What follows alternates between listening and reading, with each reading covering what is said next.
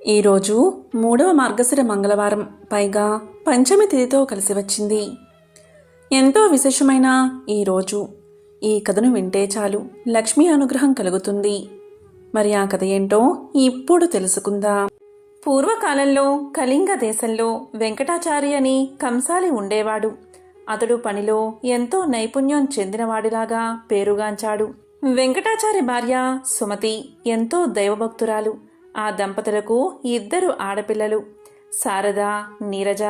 వారు చక్కగా చదువుకుంటూ తల్లికి చేదోడు వాదోడుగా ఉండేవారు. వెంకటాచారి నైపుణ్యం కలవాడే, కానీ ఏమాత్రం కల్తీకి పాల్పడకుండా ఎంతో నిజాయితీగా పనిచేసేవాడు. మిగిలిన తోటి కంసాలులు కక్కుర్తుపడి కల్తీ చేసి తక్కువ సొమ్ముకే పనులు ఒప్పుకుని చేసేవారు. దీనివల్ల వెంకటాచారికి ఆదాయం అంత ఎక్కువగా ఉండేది కాదు. ఏదో వచ్చిన సొమ్ముతో కాలం గడుపుతూ ఉండేవాడు. ఇలా రోజులు గడుస్తూ ఉండగా కూతుర్లకి వివాహ వయసు వచ్చింది. నెమ్మదిగా పెద్ద కూతురికి సంబంధాలు వెతకడం మొదలుపెట్టాడు.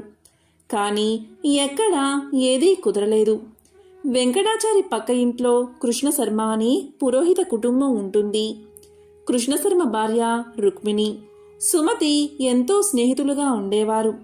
కృష్ణశర్మ, రుక్మిణి దంపతులకు పద్మప్రియ అనే కుమార్తె ఉండేది. ఆమె వయసు సుమారు 7 సంవత్సరాలు. ప్రతిరోజు వాకిట్లో పూలు కోసుకుని సుమతికి తెచ్చి ఇచ్చేది. అంతేకాక రోజు 1 గంటైనా వారింట్లో గడిపి వెళ్లేది.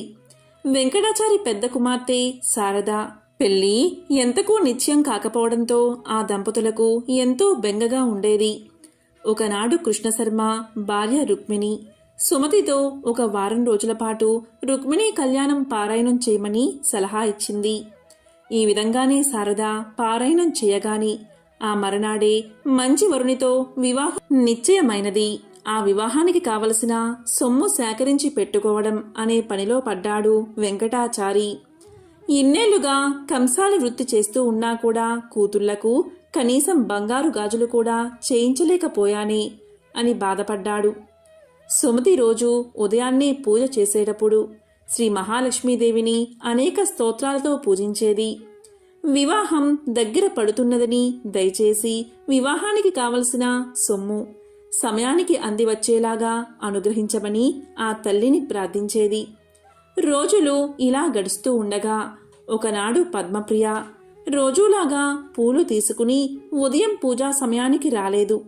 రోజూ తప్పకుండా వచ్చే పిల్ల ఈరోజు ఇంకా రాలేదేమిటబ్బా అని సుమతి ఆలోచిస్తూ ఉండగా గుమ్మంలో గజ్జెల చప్పుడు అయినది. పద్మప్రియ చెంగుచెంగున లోపలికి వచ్చింది. పూలు తీసుకురావడానికి ఆలస్యమైందని చెప్తూ పూలు తీసి సుమతి చేతిలో పెట్టింది. ఆ రోజు పద్మప్రియ రోజు కంటే అందంగా ఎంతో తేజస్సుతో కనిపించింది. సుమతి పద్మప్రియను ఈరోజు నీ పుట్టినరోజా, ఎంత చక్కగా అలంకరించుకున్నావు అని అడిగింది.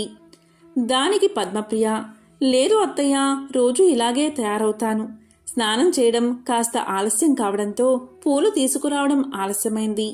అది సరే కాని ఈ జత బంగారు గాజులు అమ్మ నీకు చూపించమని చెప్పింది. కొత్తగా కొనుక్కుందట, నిన్ను చూడమని పంపింది అని పలికింది పద్మప్రియ. అప్పుడు సుమతి ఆ గాజులు తన చేతిలోకి తీసుకుని చూస్తూ ఉండగా పద్మప్రియ ఇప్పుడే వస్తాను అత్తయ్య అని చెంగున బయటకు వెళ్ళిపోయింది. సుమతి ఆ గాజులను దేవుడి దగ్గర ఉంచింది. కాసేపైన తర్వాత పద్మప్రియ రాగానే ఇచ్చేద్దామని అనుకున్నది. వంటింట్లోకి నైవేద్యం తీసుకురావడానికి వెళ్ళి పాయసం పూర్తి కాగానే తీసుకువచ్చి పూజా గదిలో కూర్చుంది సుమతి. ఎదురుగా చూస్తే 2 జతల బంగారు గాజులు కనబడ్డాయి. ఇదేమిటి, ఇదెక్కడి నుంచి వచ్చింది? తాను ఇక్కడ పెట్టింది 1 జతే కదా? లేదా నేను పరధ్యానంలో ఉండి గమనించలేదా? పద్మప్రియ నా చేతికి 2 జతలు ఇచ్చిందా అని తలుస్తూ పూజ పూర్తి చేసి దేవుడికి నైవేద్యం పెట్టింది సుమతి. ఆ 2 జత గాజులను తీసుకుని రుక్మిణికి ఇవ్వాలని వారి ఇంటికి వెళ్ళింది. ఆమెను చూసి, ఏమిటి వదినా, చేతిలో ఆ బంగారు గాజులు ఎక్కడివి? పిల్లలిద్దరికీ చేయించావా అని అడిగింది రుక్మిణి. ఇది విన్న సుమతి నోట మాట రాలేదు. అదేమిటి వదినా, ఇందాక పద్మప్రియ వచ్చి ఇచ్చింది కదా, నీవు కొనుక్కున్నావని నాకు చూపించమని చెప్పింది. అని సుమతి పలకగా అప్పుడు రుక్మిణి, అదేమిటి వదినా, పద్మప్రియ మీ ఇంటికి రావడమేమిటి? నిన్నట్నుంచి పిల్లకు ఒక్కటే జ్వరం, మంచం దిగనేలేదు, ఎక్కడికి వెళ్ళలేదు. అస్సలు ఆమె మీ ఇంటికి రానప్పుడు ఈ గాజులు ఎలా తెస్తుంది? అయినా నేను ఈ మధ్య అస్సలు గాజులు కొనుక్కోనేలేదు అని పలికింది రుక్మిణి. ఇది విన్న సుమతికి ఎంతో ఆశ్చర్యం కలిగింది. మరి ఇందాక వచ్చిందెవరు, ఆ గాజులు ఇచ్చింది ఎవరు అని ఆలోచిస్తూ ఉండగా ఆ వచ్చింది సాక్షాత్తు శ్రీ మహాలక్ష్మీదేవే అని తోచింది. ఈ విషయంతో వారిద్దరూ ఎంతో ఆశ్చర్యపోయారు, అలాగే ఎంతో ఆనందపడ్డారు. జరిగిన విషయమంతా వారి భర్తలకు చెప్పారు. ఇక వెంకటాచారి దంపతుల సంతోషానికి అవధుల్లేవు. వచ్చింది సాక్షాత్తు శ్రీ మహాలక్ష్మీదేవి అని గుర్తించారు. తమను అనుగ్రహించిన ఆ జగన్మాతను ఎన్నో విధాలా స్తుతించారు. తమ కుమార్తెలకు సాక్షాత్తు ఆ శ్రీ మహాలక్ష్మీదేవి బంగారు గాజులు అనుగ్రహించిందని ఎంతో ఆనందపడ్డారు. ఇద్దరూ పూజాగదిలో నుంచుని ఆ జగన్మాతను స్మరిస్తూ ఇలా అన్నారు: జగజ్జనని అమ్మా లక్ష్మీదేవి, దారిద్ర దుఃఖాన్ని, పాప అంధకారాలను తొలగించే మూర్తివి, బాధలన్నిటినీ నశింపచేసే కరుణా కటాక్షాలు గల తల్లివి. నీ కడగంటి చూపులతో నీ కరుణామృతాన్ని మాపై కురిపించు తల్లి. నీవు సర్వమంగళ ప్రదాయనివి. సకల చరాచర జగత్తుయందు నీవే వ్యాపించి ఉన్నావు. నీవే మాకు ఇలవేల్పు. నీకివే మా ప్రణామాలు. నిన్ను నమ్మిన వారికి సర్వశుభాలు అనుగ్రహించే లోక పావనవి. నీకివే మా నమస్కారాలు అని పరిపరి విధాలా ప్రార్థించారు. లక్ష్మీదేవి తమకు సహాయం చేసినందుకు ఎంతగానో సంతోషించారు. ఎంతో పవిత్రమైన విశేషమైన ఈ కథను విన్నా, చదివినా, చెప్పినా, వినిపించినా జన్మల పాపాలు తొలగి కోటి జన్మల పుణ్యం వస్తుంది. ఆ లక్ష్మీదేవి సంపూర్ణ అనుగ్రహం మీకు కలుగుతుంది. పూర్వకాలంలో కుండినము అనే పట్టణం సింధు దేశంలో ఉండేది. ఆ పట్టణంలో కౌండిన్య నామంతో ఒక బ్రాహ్మణుడు ఉండేవాడు. అతని భార్య పేరు గుణశీల. ఆమె వివాహం జరిగిన దగ్గర నుంచి ఎప్పుడు చూసినా ఏడుస్తూనే ఉండేది. ఆ బ్రాహ్మణ జంటకు కొడుకులు, కూతుళ్ళు, కోడళ్ళు, అల్లుళ్ళు ఉన్నారు. ఆమెకు సకల భోగభాగ్యాలు ఉన్నా కాని ఎప్పుడూ కూడా ఎందుకు ఏడుస్తుందో ఎవరికి అర్థం అయ్యేది కాదు. ఈమె ఏడుపు విని చుట్టుపక్కల వాళ్ళంతా ఎందుకు ఈమె ఇలా ఏడుస్తుంది, ఈమె అరుపులు వింటుంటే దరిద్రానికి సంకేతంగా అనిపిస్తుంది అని తిట్టుకునేవారు. ఈమె ఏడవడానికి ఏదో ఒక వంక చూసుకునేది. పిల్లి చచ్చినా, ఇంట్లో బల్లి చచ్చినా, వీధిలో కుక్క చచ్చినా దాన్ని ఒడిలో పెట్టుకుని ఏడుస్తూనే ఉండేది. కాని విధి మాత్రం ఈమెకు అనుకూలంగా లేదు.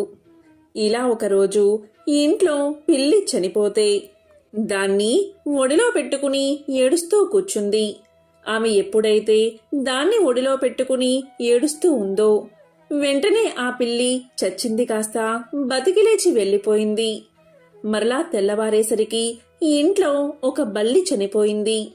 దాన్ని కూడా ఒడిలో పెట్టుకుని ఏడుస్తూ ఉంది. అక్కడ కూడా ఆశ్చర్యం జరిగింది. ఆమె ఒడిలో పెట్టుకుని ఏడవడం మొదలు పెట్టగానే ఆ బల్లికి తిరిగి ప్రాణం వచ్చి వెంటనే వెళ్ళిపోయింది. ఆమె జరిగిందంతా చూసి ఏడవడానికి కారణం లేకపోయిందే అని ఇంకా ఏడవడం మొదలు పెట్టింది. ఇలా ఉండగా ఒకరోజు వీధిలో ఒక కుక్క చనిపోయింది. దాని దగ్గరకు వెళ్లి ఒడిలో కుక్కను పెట్టుకుని ఏడుస్తూ ఉంది. ఆమె అలా ఒడిలో పెట్టుకుని ఏడవడం మొదలు పెట్టగానే ఒక్క దెబ్బకు ఆ కుక్క బతికి పరుగు పెట్టింది. అది చూసి, దేవుడా, నాకు మనస్ఫూర్తిగా ఏడ్చే స్వతంత్రం కూడా లేకుండా చేస్తున్నావు అని బోరున ఏడవడం మొదలుపెట్టింది. ఇదంతా చూసిన జనానికి ఇదేదో వింతగా అనిపించింది. అలా వారు ఆమె వైపు విచిత్రంగా చూడసాగారు. ఇక ఏడవడానికి కుదరడం లేదు అని ఒక ఉపాయం చేసింది. బయట ఉన్న తేలులను తీసుకువచ్చి ఉప్పు పాత్రల్లో, మిగతా పాత్రల్లో తేలులను జర్రులను ఉంచింది. ఎందుకు అంటే కూతుర్లు, కోడళ్ళు అలా వంట నిమిత్తం చేతులు ఆ పాత్రలో పెట్టగానే అవి కుడతాయి గనక ఆ నొప్పితో వారు ఏడుస్తూ ఉంటే వారి పక్కన కూర్చుని ఏడవచ్చు అని ఈమె ఆలోచన. కానీ విధి మాత్రం ఆమెకు వ్యతిరేకంగా ఉంది. కూతుళ్ళో కోడళ్ళు వాటిలో తమ చేతులు పెట్టగా జర్రెలు అలాగే తేల్లో వస్తువులుగా మారిపోయాయి. అంతేకాదు తన కొడుకుల బట్టల్లో పాములు ఉంచేది. అలా పాములు కరిస్తే కొడుకులు చచ్చిపోతే ఏడవచ్చు అని ఈమె ఆలోచన. కానీ విధి మాత్రం వేరేగా ఆలోచన చేసింది. ఆ పాములు కాస్త బంగారు మొలతాలలా అయిపోయాయి. ఇక కొడుకులు బట్టల్లో చెయ్యిలు పెట్టగానే బంగారు మొలతాళ్ళు వాడి చేతికి అందాయి. వెంటనే కొడుకులు, అమ్మా, బట్టల్లో బంగారు మొలతాడు ఎందుకు ఉంచావమ్మా అని అడగ్గాని దానికి ఆమె, నాయనా, వాటిని తీసి జాగ్రత్తగా దాచుకోండి అని పలికేది. అలా ఆమె ఏమి చేసినా ఏడవడానికి అవకాశం దొరకకపోవడం వల్ల ఆమె అడవికి పోయి అక్కడ కూర్చుని ఏడవడం మొదలుపెట్టింది. అలా ఏడుస్తున్న సమయంలో పార్వతీ పరమేశ్వరులు ఆ మార్గం గుండా పోతూ ఆమెను చూసి ఇలా పలికారు. ఎందుకమ్మా ఏడుస్తున్నావు అని అడగ్గా దానికి ఆమె ఇలా సమాధానం చెప్తుంది. ఓ మహనీయ దంపతుల్లారా, నాకు అష్టైశ్వర్యాలు ఉన్నాయి, కానీ ఎప్పుడు ఏడవాలనే బుద్ధి పుడుతుంది. అలా ఏడుస్తుంటేనే నాకు మంచిగా అనిపిస్తుంది. దానికి కారణం మీరే చెప్పాలి అని బ్రతిమాలుతుంది. అప్పుడు పార్వతీదేవి మొత్తం తెలుసుకుని ఇలా అంటుంది. ఓ గుణశీల, పూర్వం నీవు కందాబచ్చలి నోమును నోచావు, కానీ దానికి ఉద్యాపన చేయడం మర్చిపోయావు. అందువల్లే ఈ జన్మలో ఈ గ్రహచారం నీకు పట్టింది. నీవు ఈ నోము నోయడం వల్ల మంచి సంతానం సర్వభోగాలు కలిగాయి అని పలకగా గుణశీల అమ్మవారిని చూసి, అమ్మా, ఈ నోముకు ఉద్యాపన ఎలా చెయ్యాలో చెప్పమని కోరింది. దానికి అమ్మవారు ఇలా చెప్తుంది. అయితే విను. వెండితో కంద దుంపను చేయించు, బంగారంతో బచ్చలి తీగ చేయించు, మంచి కంద సేరు, బచ్చలి అరసేరు, 5 మానికల బియ్యం, పసుపు కుంకుమలతో, నల్ల పూసలు, రవికల గుడ్డలు, మెట్టెలు, మంగళ సూత్రాలతో, ముత్తైదువులకు దక్షిణ తాంబూలాలతో వాయినాలు సమర్పించు అని పార్వతీదేవికి చెప్పింది. అంతట గుణశీల ఇలా పలుకుతుంది. అయితే తల్లి, నేను వచ్చేంత వరకు ఇక్కడే ఉండమని ప్రార్థించి పరుగు పరుగున ఇంటికి పోయి అన్ని వస్తువులు తీసుకువచ్చి పార్వతీ అమ్మవారికి సమర్పించి ఉద్యాపన చేసింది. ఇక పార్వతీ అమ్మవారు నిండు హృదయంతో ఆమెకు ఆశీస్సులు అందించారు. అంతతో అమ్మవారు అంతర్ధానమయ్యారు. ఇక గుణశీల ఇంటికి వచ్చి జరిగిందంతా ఇంట్లో వారికి చెప్పేసరికి అందరూ ఆశ్చర్యపోయారు. 4 జాతుల వారు కుల భేదం లేకుండా ఈ వ్రతాన్ని ఆచరిస్తే సమస్త దుఃఖాలు తొలగిపోతాయని ఆమె చెప్పింది. దాంతో అందరూ కందాబచ్చలి వ్రతాన్ని ఆచరించి సర్వదుఃఖాలను పోగొట్టుకుని సుఖంగా జీవించారు. ఈ వ్రత కథను ఎవరైతే వింటారో వారికి సమస్త దుఃఖాలు తొలగిపోయి సకల శుభాలు కలుగుతాయి. పూర్వం గండకీ నదీ తీరాన ఉన్న సిరిపురం రాజ్యాన్ని వీరసేన మహారాజు జనారంజకంగా పరిపాలిస్తూ ఉండేవాడు. పాడి పంటలతో సుఖ సంతోషాలతో ప్రజలు ఆనందంగా జీవిస్తూ ఉండేవారు. ఈ వీరసేన మహారాజుకు వేట అంటే మిక్కిలి మక్కువ. అతను ఒకసారి గండకీ నదీ తీరాన్ని ఆనుకుని ఉన్న అడవిలోకి బయలుదేరాడు. చాలాసేపు క్రూర జంతువుల్ని వేటాడాడు. దాంతో రాజు రెట్టించిన ఉత్సాహంతో బాగా దట్టమైన అడవిలోకి వెళ్లిపోయి దారిని తప్పాడు. వెనుక ఉన్న సైన్యాలు రాజుని అందుకోలేక వెనుక పడ్డారు. ఇలా 2 రోజులు గడిచాయి. రాజు జాడ కోసం సైన్యాలు 4 భాగాలుగా విడిపోయి 4 దిక్కులా గాలించి అతి కష్టం మీద 3వ రోజున రాజు జాడ కనుక్కుని అందరూ ఒక చోటకు చేరుకున్నారు. గుర్రం మీద 3 రోజులు ఒంటరిగా ప్రయాణించిన రాజు బాగా అలసిపోయి నిస్సత్తువుగా ఉండిపోయాడు. వెంట తెచ్చుకున్న ఆహార పదార్థాలు నీళ్లు ఖర్చయిపోవడంతో సైనికులు కూడా అలసిపోయి ఆకలితో ఉన్నారు. చాలాసేపు గాలింపు తర్వాత వాళ్ళకి ఒక చిన్న పంట పొలం కనిపించింది. దాంట్లో చెరుకు, మొక్కజొన్న పంటలు ఉన్నాయి. దాంతోపాటు మామిడి, సీతాఫలం బాగా విరగకాచి ఉన్నాయి. మధ్యలో తీయని నీటితో కూడిన ఒక బావి ఉంది. ఇక సైనికులంతా ఆ పొలంపై పడి ఎవరికి కావలసిన వారు తీసుకుని కడుపు నిండా తిని మధురమైన బావినీరు తాగి మహారాజుకి కావలసిన ఫలాలు చల్లని నీరు ఇచ్చి రాజును సేద తీర్చారు. కాసేపటికి తేరుకున్న మహారాజు తన సైన్యంతో సహా రాజ్యాన్ని చేరుకున్నాడు. కానీ చిత్రంగా మరుసటి రోజు నుంచి రాజుకి తీవ్ర అశాంతి, అనారోగ్యం మొదలయ్యాయి. రోజు రోజుకి క్షీణిస్తూ మంచం పట్టాడు మహారాజు. రాజవైద్యులు ఎన్ని చికిత్సలు చేసినా రాజుకి ఆరోగ్యం చేకూరలేదు. ఈ విధంగా రోజులు నెలలు గడిచినా కూడా తన రోగం తగ్గకపోయేసరికి రాజు తన గురువైన తపోధనుడైన సదానంద మహర్షిని పిలిపించి తన సమస్యను పూర్తిగా వివరించాడు. అప్పుడు ఆ మహర్షి తన దివ్య దృష్టితో జరిగిందంతా తెలుసుకుని ఇలా పలికాడు. రాజా, రాజన్నవాడు ప్రజల్ని క్రూర మృగాల నుంచి రక్షించాలి. అది కూడా ప్రజలు క్రూర జంతువుల వల్ల తమకి ప్రాణభయం ఉందని ఫిర్యాదు చేసినప్పుడు మాత్రమే చేయాలి. కానీ నీవు మృగ వినోదం కోసం అకారణంగా జంతువుల్ని వేటాడి మూగ జంతువుల్ని హింసించావు. పైగా నీ సైనికులు ఓ పైరు పంటలో చొరబడి పేద రైతు యొక్క కష్టాన్ని దోచుకుని తిన్నారు. అందులో కూడా నీ సైనికులు అతని అనుమతి తీసుకోలేదు. అందులో నీకు కూడా భాగం ఉంది. ఆ పాపం కలిపురుషుడిగా మారి నిన్ను వేటాడుతుంది అని చెప్పాడు మహర్షి. ఇది విన్న రాజు ఎంతో ఆశ్చర్యపోయి ఇలా పలికాడు. మహాత్మా, మన్నించండి. నేను ఈ దేశపు రాజుని కదా. నా రాజ్యంలో ఉన్న సకల ప్రజల మీద, వాళ్ళ ఆస్తుల మీద, ధనధాన్యాలు, పంట పొలాలు, తోటలు, వ్యాపారాలు అన్నిటిపైన నాకు సర్వాధికారాలు ఉన్నాయి కదా. మరి నాకు పాపం ఎలా అంటుతుంది అని అడిగాడు. దానికి మహర్షి ఇలా చెప్పాడు. రాజా, నువ్వు చెప్పింది నిజమే. స్వయంగా నువ్వు ఆ రైతు తోటలోకి వెళ్ళి నీకు కావాల్సింది తిని నీ సైనికులకు పంచినా నీకు దోషం అంటదు. లేదా నీ ఆజ్ఞపైన నీ సైనికులు ఆ తోటలోంచి పళ్ళు నీరు నీకు తీసుకువచ్చినా నీకు దోషం అంటదు.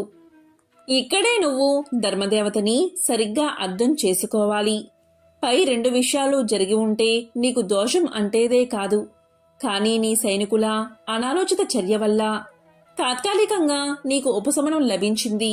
కానీ ఆ దోష ఫలితాన్ని నువ్వు అనుభవించాల్సి వచ్చింది అని చెప్పాడు మహర్షి. ఇక రాజు సుదీర్ఘంగా ఆలోచించి, మహాత్మా, దీనికి పరిహారాన్ని, ప్రాయశ్చిత్తాన్ని చెప్పండని కోరాడు. ఇక మహర్షిని చూసిన మహారాజు అప్పటికప్పుడు ఆ పంట పొలం రైతును పిలిపించాడు. ఆ రైతు పేద యువకుడైన ముకుందుడు. చక్కనైన రూపం కలవాడు. కాయకష్టం చేసుకుని తనకున్న చిన్న పొలంలో రకరకాల పళ్ళు, ఫలాలు పండిస్తూ వృద్ధులైన తన తల్లిదండ్రులను పోషించుకుంటూ ఉన్నాడు. రాజు యొక్క సైన్యం తన పంటని మొత్తం కాజేయడంతో గత నెల రోజులుగా తల్లిదండ్రులకు సరైన తిండి కూడా పెట్టలేక చాలా దీనస్థితిలో ఉన్నాడు. ఇక రాజు అతనికి క్షమాపణ చెప్పి తన తప్పుకి పరిహారంగా 1000 బంగారు నాణాలు బహుకరించాడు.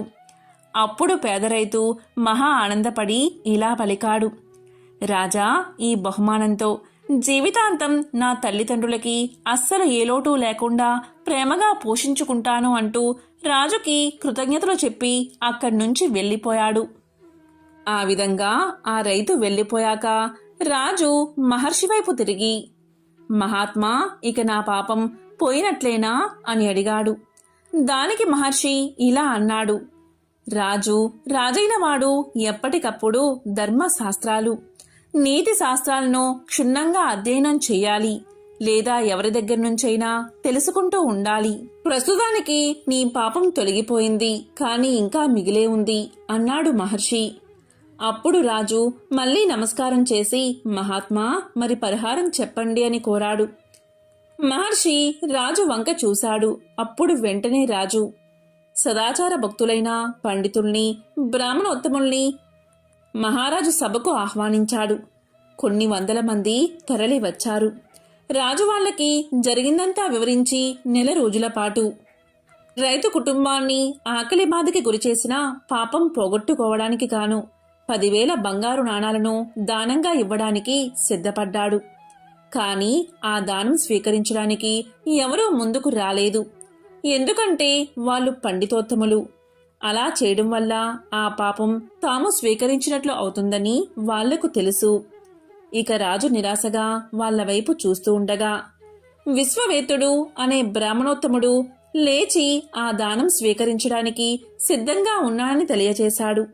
ఇక రాజు ఆనందంగా 10,000 బంగారు నాణాలను బహుమానంగా ఇవ్వగానే విశ్వవేదుడు తాను తెచ్చిన 2 బంగారు నాణాలను వాటితో కలిపి అక్కడ చేరిన పండితులకు, బ్రాహ్మణులకు ఉచితంగా పంచేశాడు. ఇలా చేయడం వల్ల ఆ పాప ఫలం అతనికి అంటలేదు. ఇక రాజు అతన్ని చూసి ఇలా పలికాడు, మహానుభావా, తమ పరిస్థితి మెరుగుపడాలని అంత పెద్ద మొత్తం దానంగా ఇచ్చాను. ఇప్పుడు తమకి నేను ఇచ్చిందేముంది అన్నాడు. మీరేమో నేనిచ్చిన ధనాన్ని దాన ధర్మాలు చేసి మీ పాపం పోగొట్టుకున్నారు. ఇప్పుడు నేను మీకు ఎలా సహాయం చేయగలను అని అడగ్గా దానికి ఆ బ్రాహ్మణోత్తముడు బదులిస్తూ ఇలా అన్నాడు, రాజా, గండకీ నదీ తీరాన ఉభయ సంధ్యల్లో సంధ్యావందనంతో పాటు గ్రామీణుల ఇళ్లల్లో పూజాది శుభకార్యాలలో పౌరహిత్యం చేసుకుంటూ ఉంటాను నేను. ఆ వచ్చిన ధనంతో నేను నా భార్య ఆనందంగా జీవిస్తున్నాం. మీరు నాకేమైనా సహాయం చెయ్యాలి అనుకుంటే గండకీ నదీ తీరంలో ఒక అపురూప శివాలయాన్ని నాకు నిర్మించి ఇస్తే చాలు.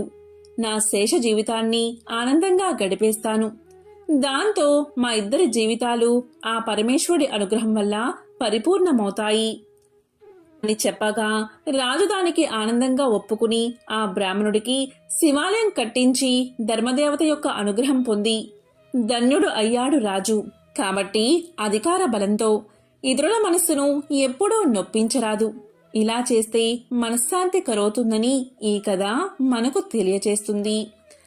ఎంతో పవిత్రమైన విశేషమైన ఈ రోజు ఈ కథను వింటే చాలు సకల శుభాలు కలుగుతాయి. ఒక బ్రాహ్మణుడికి 5 కొడుకులు ఉన్నారు. వారికి పెళ్లిళ్లు జరిగి భార్యతో హాయిగా కాపురం చేసుకుంటున్నారు. వారిలో 5వ కోడలు కరుల్లా గౌరీనోము పట్టింది. ఆమె సూర్యుణ్ణి ఆరాధిస్తూ అత్త సొమ్ము అక్కర్లేదు, మామ సొమ్ము అక్కర్లేదు, పుత్రి సొమ్మొద్దు, పురుషుని సొమ్ము అసలే వద్దు, నా సొమ్ము నాకిమ్ము అని పలికేది. రోజు ఈ విధంగా అండం విన్న అత్తా మామలు, బావా మరదళ్ళు, తోడి కోడళ్ళు భర్తకు ఆమెపై కోపం వచ్చింది. అందరూ కలిసి ఒకరోజు ఆమె నిద్రపోతూ ఉండగా మంచంతో సహా ఆమెను అడవిలో విడిచి వచ్చారు. ఆమె నిద్ర లేచింది. భయపడక ఆమె అక్కడే స్నానం చేసి సూర్యదేవుణ్ణి ప్రార్థిస్తూ ఉండగా దోసిట రత్నాలు పడ్డాయి. వాటితో పసుపు, కుంకుమ, కొంచెం ఉప్పు, మిరపకాయలు, బియ్యము కొని ఒక ముసలవాని సహాయంతో ఆ సమీప గ్రామాన చిన్న ఇంటిలో ఉన్నది. ఎప్పుడైతే ఈమెను ఇలా చేశారో వారికి దరిద్రం పట్టి పల్లె పల్లెకు తిరుగుతూ అడుక్కుంటూ జీవితం గడపడం మొదలుపెట్టారు. అలా ఊరు తిరుగుతూ ఉండగా ఒక దగ్గర సూర్య నమస్కారం చేస్తున్న ఈమెను చూశారు. మన అమ్మాయి కూడా ఇలాగే సూర్య నమస్కారం చేసేది అని వారిలో వారు అనుకున్నారు. సూర్యుడి కరుణ వల్ల అక్కడ మేడలు, మిద్దెలు, ఇల్లు, వాకిళ్ళు, తోటలు, దొడ్లు విపరీతంగా కొన్నది ఆమె. నిత్యాన్న దానం చేసేది. ఒకరోజు అత్తా మామలు వచ్చి అన్నం పెట్టమన్నారు. నా అత్తా మామ మీలాగే ఉండేవారని వారిని చూసి పలికింది. ఇంతలో భర్త వచ్చాడు. ముగ్గురుకు తలంటు పోసి కొత్త బట్టలు కట్టబెట్టింది. వారితో కరుళ్ళు కొత్తవి కంచెంలో పెట్టి కరుల్లా గౌరీనోము నోయించింది. ఇలా 5 సంవత్సరాలు చేయించగానే వారి పాపాలన్నీ తొలగిపోయాయి. దాంతో వారు కోడలతో సహా ఎంతో ఆనందంగా జీవనం సాగించారు. ఎంతో పవిత్రమైన విశేషమైన ఈ కథను విన్నవారికి సకల శుభాలు కలుగుతాయి. మంగళవారం సందర్భంగా లక్ష్మీదేవికి సంబంధించిన ఒక విశిష్టమైన కథను ఇప్పుడు ఈ వీడియోలో తెలుసుకుందాం. పూర్వం అవంతి నగరంలో ధర్మయ్య, శ్యామల అనే దంపతులు ఉండేవారు. ధర్మయ్య వడ్రంగి పని చేసుకుంటూ జీవితం గడిపేవాడు. ఆ దంపతులకు 3 కుమార్తెలు. ఒక సంవత్సరం కరువు కాటకాలు వచ్చి ధర్మయ్యకు పని దొరకక ఇల్లు గడవడానికి కూడా చాలా కష్టపడ్డాడు. ఆ తరువాతి సంవత్సరం కూడా కరువుతో దేశమంతా అల్లాడిపోయింది. ప్రజలందరూ తిండి గింజలు దొరకక నానా ఇబ్బందులు పడ్డారు. ఇక ధర్మయ్య పరిస్థితి ఇంకా దారుణంగా ఉంది. తినడానికి 2 పూటల భోజనం కూడా దొరకక మరమరాలు తింటూ ఇల్లంతా కాలం గడుపుతున్నారు. కానీ ఆ దంపతులిద్దరూ ఇంత కష్టకాలంలో కూడా భగవంతుణ్ణి మరవలేదు. వారి ఇంట్లో తరతరాల నుండి వస్తున్న శ్రీ లక్ష్మీనారాయణ విగ్రహం ఒకటి ఉంది. ఆ విగ్రహాన్ని రోజు భక్తి శ్రద్ధలతో పూజించేవారు. రోజు ఏదో ఒక పదార్థాన్ని తప్పకుండా నైవేద్యంగా పెట్టేవారు. అయితే 2 సంవత్సరాల నుండి కరువు వల్ల ఇంట్లో ఏ పదార్థమూ లేకపోవడం చేత ఈ ఇంటి ఆవరణలోని తులసి మొక్క నుండి ఒక దళాన్ని శ్రీ లక్ష్మీనారాయణలకు భక్తితో కళ్ళుకు అద్దుకుని సమర్పించేవారు. రోజులు ఇలా గడుస్తూ ఉండగా ఒకరోజు రాత్రి 10 గంటల సమయంలో ఎవరో తలుపు తట్టిన శబ్దం వినబడింది. ఈ వేళలో ఎవరు వచ్చి ఉంటారా అని ఆలోచిస్తూ తలుపు తీసిన ధర్మయ్య దంపతులకు మధ్య వయస్కులో ఉన్న ఒక ముత్తైదువు కనిపించింది. ఆమెలో ఏదో ఒక దివ్య తేజస్సు ధర్మయ్యకు గోచరించింది. ఇంత రాత్రివేళ ఇలా ఒంటరిగా వచ్చినా ఈమె ఎవరై ఉంటుందా అని ఆలోచిస్తూ ఉండగా ఆమె వీరితో ఇలా పలుకుతుంది. నాయనా, నేను పొరుగు ఊరు నుండి మా ఊరు వెళుతూ దారి తప్పి ఇటుగా వచ్చాను. రాత్రి కావడం వల్ల దోవ సరిగ్గా తెలియడం లేదు. ఈ రాత్రి మీ ఇంటిలోనే పడుకుని తిరిగి ఉదయాన్నే వెళ్ళిపోతాను అని పలికింది. అప్పుడు ధర్మయ్య దంపతులిద్దరూ ఆమెను లోపలికి రమ్మని ఆహ్వానించారు. అతిథి భగవంతుడితో సమానం కదా, కానీ ఆమెకు ఇవ్వడానికి ఇంట్లో ఏమీ కనిపించలేదు.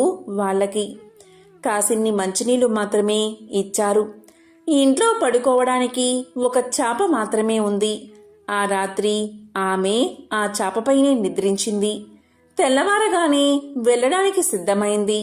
అప్పుడు ధర్మయ్య దంపతులిద్దరూ ఆమెతో ఇలా అన్నారు. తల్లి, నీవు తేజస్సుతో సాక్షాత్తు జగన్మాత అయిన శ్రీ మహాలక్ష్మిగా ఉన్నావు. నిన్ను ఒట్టి చేతులతో పంపుతున్నందుకు మాకు ఎంతో బాధగా ఉంది అన్నారు వారిద్దరూ. అప్పుడు ఆమె ఇలా పలుకుతుంది. దంపతులారా, మీరు చింతించవద్దు. మీ ఇంట్లో ఉండడానికి ఒప్పుకున్నారు, అదే చాలు అంది. అప్పుడు శ్యామలమ్మ ఆమెకు బొట్టు పెట్టి పంపించింది. ఆమె వెళ్ళిన తర్వాత కాసేపటికి ఇంట్లో ఏదో చప్పుడు వినిపించింది. ఏమిటా అది అని ఇల్లంతా చూడగా శ్రీ లక్ష్మీనారాయణ విగ్రహం వద్ద నుండి శబ్దం వస్తున్నట్టుగా వారు గమనించారు. అక్కడ కొన్ని బంగారు నాణాలు పడి ఉన్నాయి. అప్పుడు ఆ దంపతులకు జరిగిందంతా అర్థమైంది. రాత్రి తమ ఇంటికి వచ్చింది మరెవరో కాదు, సాక్షాత్తు జగన్మాత శ్రీ మహాలక్ష్మి. ఆ తల్లికి తామేమీ ఇవ్వలేకపోయామే, చెయ్యలేకపోయామే, కనీసం తగిన వసతి కూడా కల్పించలేకపోయామే అని ఎంతో బాధపడ్డారు. ఆ తల్లిని అనేక విధాలుగా స్తుతించారు. శ్రీ మహాలక్ష్మీదేవి అనుగ్రహం వల్ల కలిగిన ధనంతో పిల్లల పెళ్లిళ్ళు ఘనంగా జరిపించారు. జీవించినంతకాలం సుఖంగా జీవించి ఎన్నో సత్కార్యాలు చేసి చివరకు ముక్తిని పొందారు. దీపం లక్ష్మీ స్వరూపం. ధర్మయ్య దంపతులు రోజు శ్రీ లక్ష్మీనారాయణ విగ్రహం వద్ద దీపం వెలిగించేవారు. ఎంతటి కష్ట సమయంలో అయినా దీపారాధన మాత్రం మానలేదు. అందువల్ల శ్రీ మహాలక్ష్మీదేవి ఎంతో సంతోషించి వారిని అనుగ్రహించింది. దీపం జ్ఞాన స్వరూపం, దీపం ఐశ్వర్య స్వరూపం. దీపం ఉన్న చోట శ్రీ మహాలక్ష్మి చిరునవ్వుతో ఉంటుంది. ఎవరైతే నిత్యం దీపారాధన చేస్తారో వారు సిరి సంపదలతో తులతూగుతారు. వారికి దేనికి లోటు ఉండదు. ధనధాన్యాలు సమృద్ధిగా ఉంటాయి. ఆ తల్లి అనుగ్రహం ఉన్నవారికి సర్వ సౌభాగ్యాలు లభిస్తాయి. ఓ జగజ్జనని జగన్మాత శ్రీ మహాలక్ష్మి, నీకు ఇవే మా నమస్కారాలు. మంగళప్రదాయని నీవు. నీకే ఇవి మా ప్రణామాలు. లోకేశ్వరి, నీకు ఇవే మా నమస్కారాలు. భక్తుల కోరికలు తీర్చే కల్పవల్లివి నీవు. నీ కటాక్షం ఉన్నవారికి సర్వ సౌభాగ్యాలు చేకూరతాయి. దేనికి లోటు లేకుండా జీవితమంతా ఆనందంగా గడుస్తుంది. శ్రీ మహాలక్ష్మి కటాక్షం లేనివారు బానిసత్వం, దారిద్ర్యం, అప్పులు, భార్యావియోగం, అనారోగ్యం ఇలాంటి అనేక కష్టాల పాలవుతారు. సర్వమంగళ ప్రదాయిని అయిన జగన్మాత ఆరాధించిన వారికి దేవిని దాసదాసీ జనం, పుత్రులు, మిత్రులు, బంధువులు, ఆరోగ్యం, ధనం, ధాన్యం, వాహనమని అష్టైశ్వర్యాలు లభిస్తాయి. శ్రీ లక్ష్మీనారాయణను ఎవరైతే ఎప్పుడూ మనసులో ప్రార్థిస్తూ ఉంటారో వారికి సర్వ సౌభాగ్యాలు కలుగుతాయి. వారికి ఎటువంటి పరిస్థితుల్లో కూడా ఆపద దరిచేరదు. శ్రీ లక్ష్మీనారాయణులు అన్యోన్యమైన జంట. మత్స్య అవతారంలో శ్రీలక్ష్మిగాను, కూర్మావతారంలో కూర్మావతిగాను, నరసింహ అవతారంలో శ్రీ మహాలక్ష్మిగాను, వరహ అవతారంలో భూలక్ష్మిగాను, శ్రీరామావతారంలో సీతగాను, శ్రీకృష్ణావతారంలో రుక్మిణిగాను ఆ మహాలక్ష్మి తన పెర్మిటి అయిన శ్రీమన్నారాయణుడితో కలిసి అవతరించింది. ఎంతో పవిత్రమైన విశేషమైన ఈ రోజు ఈ కథలను విన్నా, చదివినా, చెప్పినా, వినిపించినా అష్టదరిద్రాలు తొలగి అష్టైశ్వర్యాలు కలుగుతాయి. లక్ష్మీనారాయణల కటాక్షం మీకు కలుగుతుంది. ఓం నమో నారాయణాయ. ఓం శ్రీ మహాలక్ష్మియే నమః. ఓం శ్రీ మాత్రే నమః. ఓం నమః శివాయ.